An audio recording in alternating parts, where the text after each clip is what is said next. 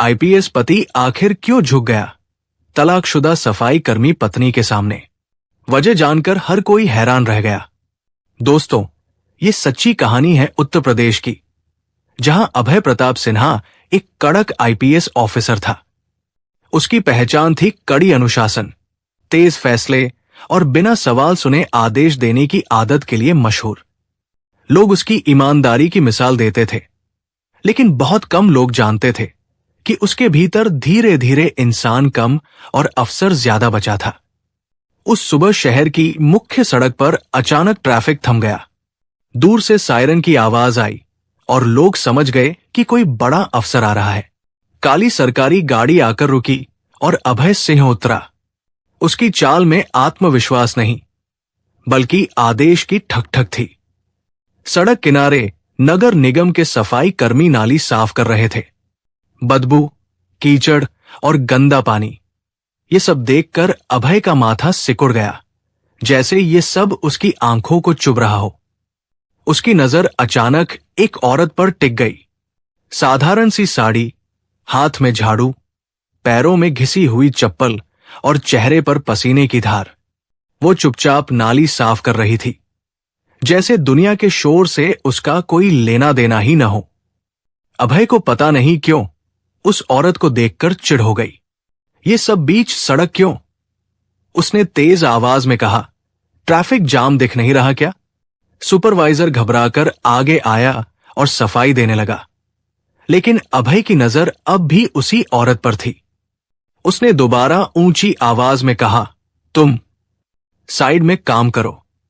औरत ने सिर उठाया, बस एक पल के लिए। उस एक पल में अभय सिन्हा जैसे पत्थर का हो गया। उसकी आंखों में जो चेहरा था वो अनजान नहीं था। वो चेहरा उसकी यादों में सालों से दबा पड़ा था, लेकिन आज अचानक सामने खड़ा था। वो औरत कोई और नहीं थी, सावित्री, उसकी पूर्व पत्नी। 6 साल पहले तलाक हो चुका था। सावित्री ने भी अभय को पहचान लिया, लेकिन उसके चेहरे पर न हैरानी थी, न कोई शिकायत। उसने कुछ नहीं कहा, बस झाड़ू फिर से उठाई और काम में लग गई। ये चुप्पी किसी ताने से ज्यादा भारी थी। अभय के सीने में अजीब सी जलन हुई, जैसे किसी ने उसकी वर्दी के भीतर हाथ डाल दिया हो। तुम यहां क्या कर रही हो? अभय ने कड़क आवाज में पूछा। यह सवाल कम, आदेश ज्यादा था। सावित्री ने बिना उसकी तरफ देखे कहा, काम। एक शब्द, न सफाई न बहाना। अभय को यह जवाब चुभ गया। उसे याद आया कि सावित्री हमेशा कम शब्दों में ज्यादा कहती थी। कभी कभी वही आदत उसे गुस्सा दिलाती थी, क्योंकि वो हर चीज को कंट्रोल करना चाहता था। ये काम तुम्हारे लायक नहीं है, अभय ने कहा, लेकिन उसके शब्दों में आज भी वही पुराना घमंड था। सावित्री ने झाड़ू रोक दी और उसकी तरफ देखा। उसकी आंखों में न शर्म थी न डर। काम छोटा या बड़ा नहीं होता साहब, उसने शांत स्वर में कहा। नियत से किया जाए तो हर काम सम्मान का होता है। यह सुनकर आसपास खड़े लोग रुक गए। किसी ने धीमे से फुसफुसाया, ये तो आईपीएस की पत्नी थी ना। भीड़ बढ़ने लगी, मोबाइल कैमरे उठने लगे। अभय को लगा जैसे उसकी वर्दी पर सबकी नजरें टिकी हों। उसे ये सब अपमान लग रहा था। मेरे साथ चलो, उसने झुंझलाकर कहा, यहां तमाशा मत बनाओ। ये वही अभय था जो हर समस्या को आदेश से हल करना जानता था।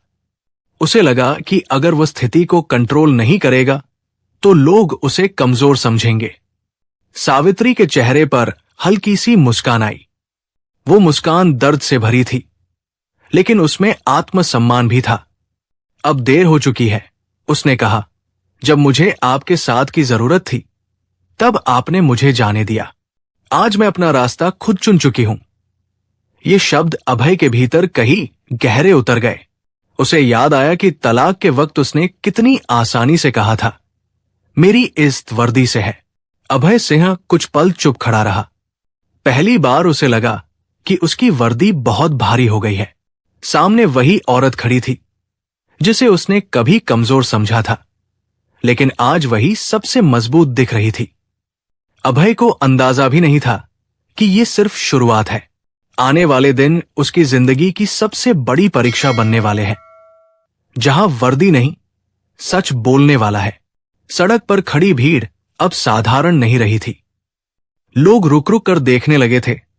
कुछ मोबाइल कैमरे ऑन कर चुके थे। अभय प्रताप सिंह ने यह सब महसूस किया, लेकिन उसने अपने चेहरे पर वही पुरानी सख्ती बनाए रखी। उसके लिए यह स्थिति असहज थी, क्योंकि अब तक वो भीड़ को नियंत्रित करता आया था। भीड़ ने कभी उसे घेरने की हिम्मत नहीं की थी। आज पहली बार उसे लगा कि हालात उसके हाथ से फिसल रहे हैं। अभय ने पास खड़े सिपाही को इशारा किया और धीमी लेकिन कड़ी आवाज में कहा, लोगों को हटाओ, यहां भीड़ जमा क्यों हो रही है? सिपाही ने इधर उधर देखा और हिचकिचाते हुए बोला, सर, लोग पहचान गए हैं। ये जवाब सुनकर अभय का गुस्सा भीतर ही भीतर उबलने लगा। उसे लगा जैसे उसकी वर्दी की ताकत पर सवाल उठ रहा हो। उधर सावित्री फिर से अपने काम में लग गई थी। झाड़ू के हर वार के साथ वो नाली की गंदगी बाहर निकाल रही थी, जैसे ये उसका रोज का संघर्ष हो। उसके चेहरे पर कोई शिकन नहीं थी, लेकिन आंखों में वर्षों की थकान छुपी हुई थी। उसके लिए ये सड़क कोई मंच नहीं थी, बल्कि वही जगह थी जहां वो अपनी रोजी कमाती थी। अभय सिंह उसे देखता रहा। उसके मन में पुरानी यादें लौटने लगी। वो छोटा सा सरकारी क्वार्टर, वो बहसें, वो रातें जब सावित्री चुपचाप रोती थी और वो अपने फोन या फाइलों में डूबा रहता था। उसे याद आया कि कैसे उसने हर सवाल को अनुशासनहीनता समझा था। आज वही अनुशासन उसके सामने खड़ा होकर उसे आईना दिखा रहा था। तुम चाहो तो मैं तुम्हें इस काम से हटवा सकता हूं, अभय ने कहा। उसके शब्दों में अब भी सत्ता की झलक थी। सावित्री ने उसकी ओर देखा और शांत स्वर में पूछा, और उसके बाद? अभय कुछ बोल नहीं पाया। सावित्री ने बात पूरी की, क्या आप मेरी जिंदगी की जिम्मेदारी लेंगे? क्या आप वो साल लौटा सकते हैं जो मैंने अकेले गुजारे? भीड़ में से एक बुजुर्ग आदमी आगे बढ़ा। उसने अभय की ओर देखते हुए कहा, साहब, काम कोई छोटा नहीं होता। उसकी आवाज में सम्मान था, लेकिन सवाल भी। ये सुनकर अभय को लगा जैसे उसके भीतर कुछ टूट रहा हो। पहली बार उसे महसूस हुआ कि लोग उसके पद से ज्यादा उसके व्यवहार को तौल रहे हैं। स्थिति को अपने हाथ में लेने के लिए अभय ने अचानक फैसला किया। थाने चलो, उसने कहा। यह आदेश सुनकर आसपास सन्नाटा छा गया। सावित्री ने बिना विरोध किए झाड़ू रख दी। उसने सिर्फ इतना पूछा, किस जुर्म में? अभय ने ठंडे स्वर में कहा, सरकारी काम में बाधा। यह कहते हुए उसने खुद को सही साबित करने की कोशिश की। थाने पहुंचते ही खबर फैल गई। लोग आपस में बातें करने लगे। आईपीएस अफसर ने अपनी ही पत्नी को बुलवा लिया। यह वाक्य हवा में तैरने लगा। अभय ने सुना, लेकिन अनसुना कर दिया। उसने अपने चेहरे पर सख्ती ओढ़ ली, जैसे यही उसकी आखिरी ढाल हो। थाने के कमरे में सावित्री कुर्सी पर बैठी थी। उसका चेहरा शांत था, लेकिन उसकी आंखों में बीते सालों का दर्द साफ दिख रहा था। अभय उसके सामने खड़ा था। उसने पूछा, कुछ कहना है? सावित्री ने गहरी सांस ली और कहा, हां, लेकिन अभी नहीं। जब सच सामने आएगा तब। उसकी आंखों में एक अजीब सा भरोसा था, जैसे उसे आने वाले तूफान का पूरा अंदाजा हो। अभय सिन्हा को पहली बार महसूस हुआ कि यह मामला उसके हाथ से निकल चुका है। यह सिर्फ सड़क या थाने की बात नहीं रही थी। यह लड़ाई अब उसके अतीत, उसके घमंड और उसकी वर्दी तीनों से होने वाली थी। थाने का कमरा बंद था, लेकिन बाहर खड़ी भीड़ की आवाज भीतर तक आ रही थी। हर कोई जानना चाहता था कि एक आईपीएस अफसर और उसकी पूर्व पत्नी के बीच आखिर क्या हुआ, जिसने सड़क से लेकर थाने तक माहौल बदल दिया। अभय प्रताप सिंह कुर्सी पर बैठा था, पीठ सीधी, लेकिन मन अस्थिर। ये वही कमरा था जहां वो रोज दूसरों से जवाब तलब करता था, मगर आज सवाल उसी से पूछे जाने वाले थे। सावित्री उसके सामने बैठी थी, साधारण कपड़े, थका हुआ शरीर, लेकिन आंखों में अजीब सी दृढ़ता। अभय ने उसे देखा और अचानक उसे एहसास हुआ कि उसने इस औरत को कभी ध्यान से देखा ही नहीं था। शादी के सालों में भी वो उसे एक जिम्मेदारी समझता रहा, इंसान नहीं। ये सोच उसके भीतर कहीं चुप गई। अब बोलो, अभय ने सख्त आवाज में कहा, मानो अभी भी खुद को अफसर साबित करना चाहता हो। तुम चाहती क्या हो? सावित्री ने उसकी तरफ देखा। उसकी आंखें थोड़ी नम थी, लेकिन आवाज में कोई कंपकंपी नहीं थी। मैं कुछ चाहती नहीं, उसने कहा, मैं बस सच कहना चाहती हूं। वही सच जिसे आपने सालों तक अनसुना किया। उसने बोलना शुरू किया। जब आपकी ट्रेनिंग पूरी हुई थी, तब आपने कहा था कि अब जिंदगी बदल जाएगी। मुझे लगा था हमारी जिंदगी बदलेगी, लेकिन धीरे धीरे आपने घर को भी थाना बना दिया। हर बात में आदेश, हर गलती पर डांट। मैं आपकी पत्नी थी, लेकिन आपके लिए मैं बस एक जिम्मेदारी बनकर रह गई। ये शब्द कमरे में गूंजने लगे। अभय के चेहरे पर तनाव साफ दिखने लगा। सावित्री रुकी नहीं। मैंने कई बार कहा कि मुझे भी इंसान समझिए, लेकिन आपने हर बार कहा आईपीएस अफसर की पत्नी कमजोर नहीं हो सकती। उस दिन जब मैंने रोते हुए कहा था कि मुझे सहारा चाहिए, आपने जवाब दिया था, अगर निभा नहीं सकती तो चली जाओ। ये सुनते ही अभय की आंखें झुक गई। मैं चली गई, सावित्री बोली, लेकिन डरकर नहीं, आत्मसम्मान के साथ। तलाक के बाद मेरे पास कुछ नहीं था, न पैसा, न पहचान, लेकिन मेरे पास मेहनत थी। मैंने सफाई कर्मी का काम शुरू किया।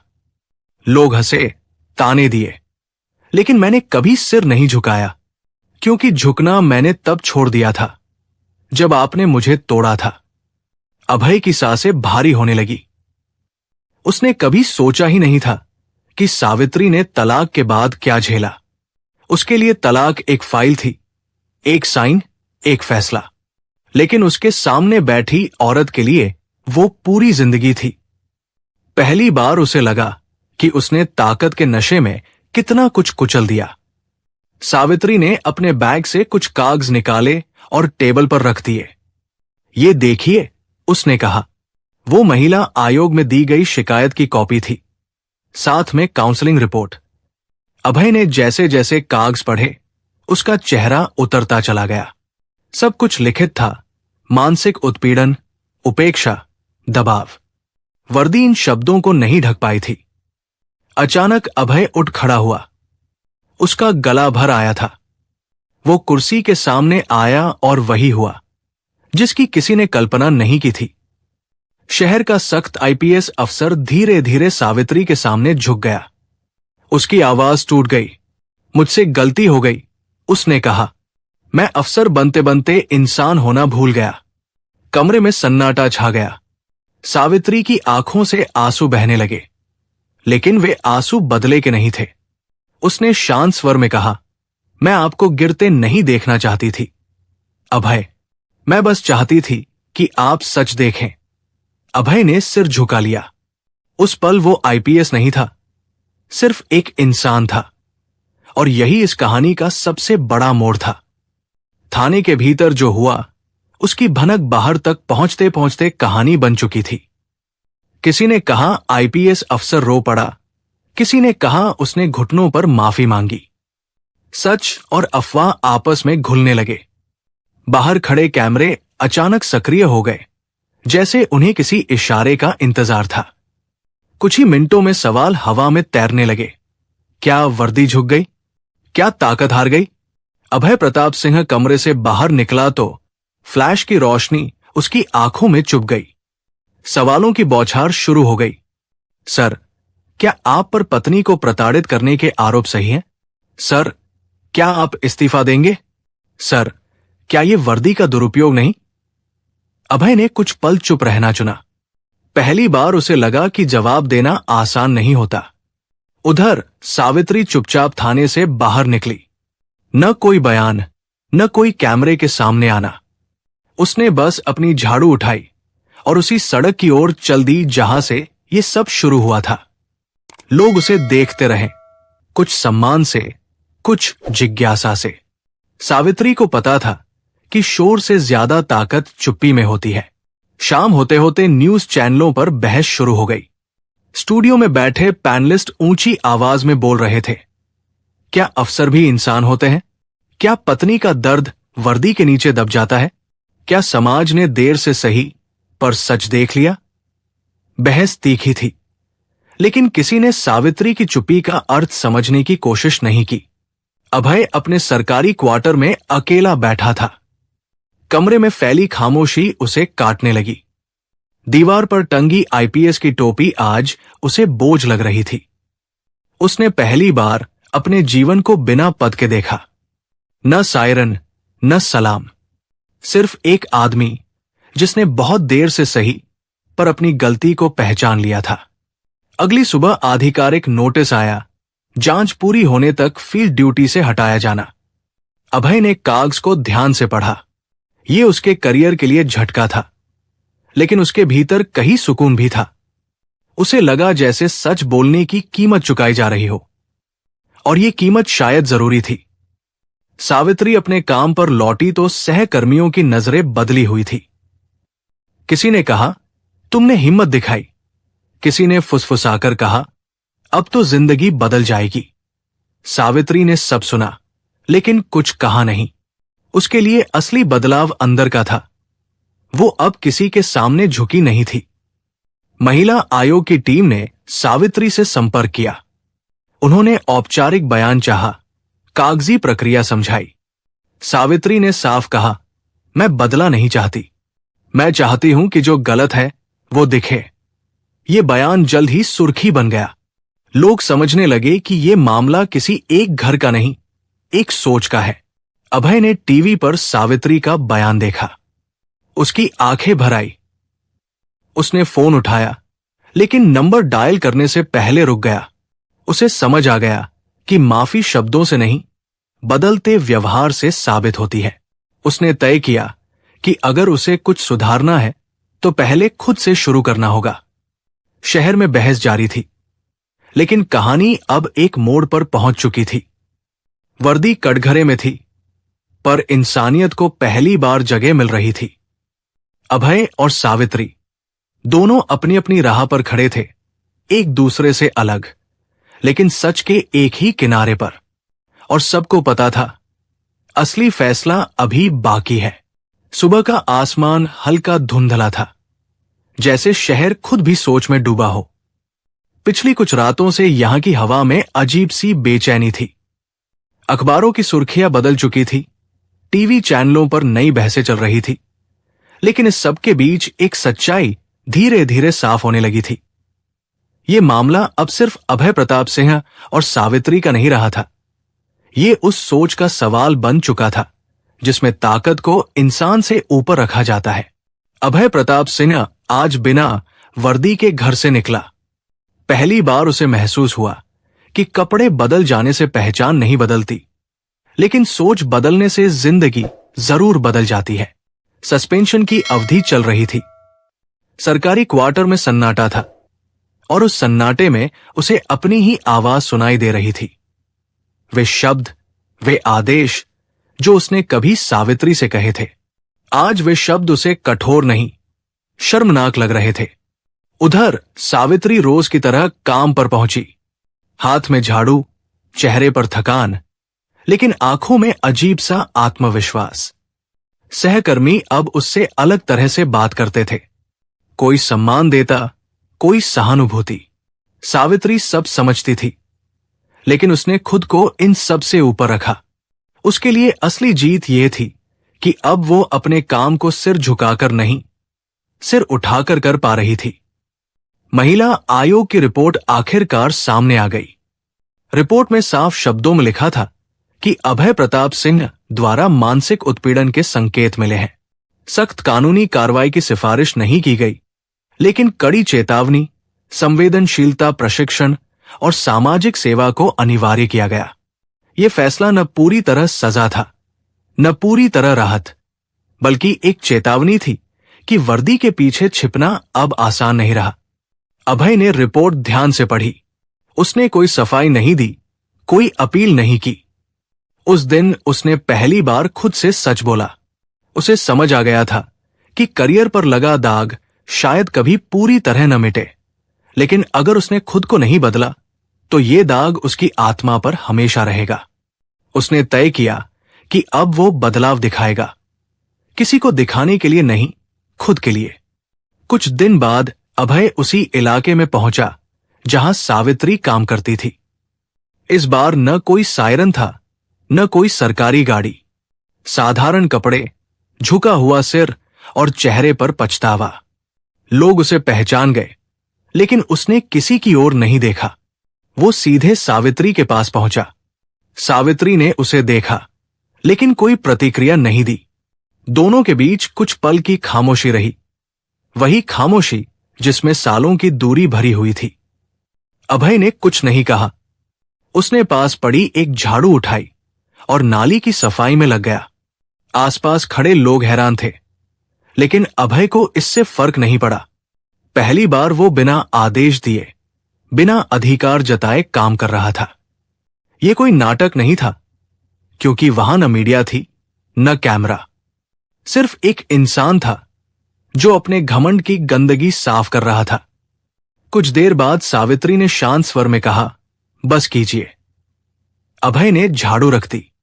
उसने सिर उठाकर सावित्री की तरफ देखा। उसकी आंखों में न गुस्सा था, न आरोप। सावित्री बोली, मैं आपसे रिश्ता वापस नहीं चाहती। मैं बस चाहती हूं कि आप वही इंसान बने जो बनने का आपने कभी वादा किया था। अभय ने बिना कुछ कहे सिर झुका दिया। समय धीरे धीरे आगे बढ़ा। शहर में नई खबरें आने लगी। पुरानी सुर्खियां फीकी पड़ गई। अभय सामाजिक सेवा के तहत महिला सहायता केंद्र में काम करने लगा। बिना वर्दी, बिना पहचान। सावित्री को स्थायी नौकरी का प्रस्ताव मिला, लेकिन उसने वही काम चुना जिसमें उसे आत्मसम्मान मिला था। दोनों की राहें अलग थी, लेकिन दोनों अब एक सच्चाई पर खड़े थे। इंसानियत किसी पद की मोहताज नहीं होती। इस कहानी का अंत किसी बड़ी सजा या किसी चमत्कारी मिलन से नहीं हुआ। इसका अंत एक सोच के बदलने से हुआ। उस दिन सिर्फ एक आईपीएस अफसर नहीं झुका था, बल्कि वो घमंड झुका था जो ताकत को इंसान से बड़ा समझता है। सावित्री ने झाड़ू नहीं छोड़ी और अभय ने वर्दी के पीछे छिपना छोड़ दिया। और शायद यही इस कहानी का सबसे सच्चा अंत था। अब आपसे एक सवाल, क्या असली जीत किसी को हराने में है या खुद को बदलने में? अगर इस कहानी ने आपके दिल को छुआ हो तो हमारे चैनल जिंदगी की कहानियां को लाइक, सब्सक्राइब और शेयर जरूर करें। कमेंट में अपना और अपने शहर का नाम लिखिए, ताकि हमें पता चले कि हमारी कहानियां कहां तक दिलों को छू रही है। फिर मिलेंगे एक नई भावनात्मक कहानी के साथ। तब तक खुश रहिए, स्वस्थ रहिए और अपने माँ बाप को समय दीजिए। जय हिंद, जय भारत।